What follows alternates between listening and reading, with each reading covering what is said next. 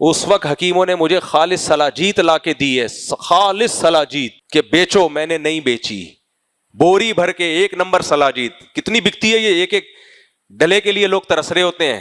لوگوں نے آئے کہ بھائی یہ آپ بیچو، آپ کروڑ پتی بن جاؤ گے۔ میں نے کہا بھائی میری کیا حیثیت رہے گی، مفتی صاحب کا بزنس کیا ہے، سلاجیت بیچتے ہیں؟ نہیں یار، میں نے کہا ہم خاندانی لوگ ہیں الحمدللہ، ہمارے والد صاحب خاندانی تھے، باپ خاندانی تھا، ہمارا دادا خاندانی تھا، ہماری ماں خاندانی تھی، ہم مردانہ قوت کی۔ حالانکہ سلاجیت صرف اس لیے نہیں بکتی، اور بھی چیز کام ہے اس کے، لیکن لیبل اس پہ کیا لگا ہوا ہے، لیبل یہ لگا ہوا ہے نا۔ اور میں شادیاں بھی کر رہا ہوں تو لوگ کہیں گے اچھا یہی کام ہے ان کا۔ میں نے کہا یہ نہیں بیچے گا بھائی ہم۔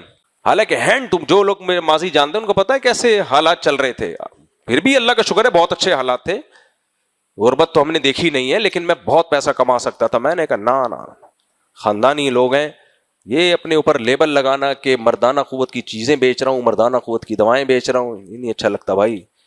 تو کچھ چیزیں جائز، مردانہ قوت کی کوئی دوائیں اگر حکیم یا ڈاکٹر بیچتا ہے تو حرام ہے حلال ہے؟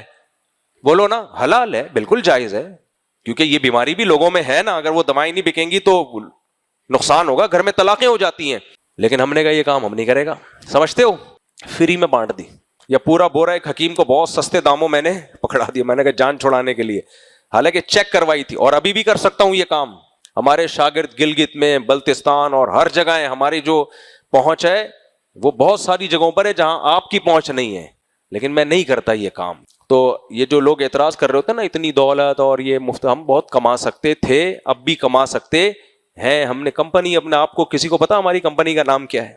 کسی کو نہیں پتا، تبھی تو چل نہیں رہی چل رہی ہے لیکن ہلکی چل رہی ہے۔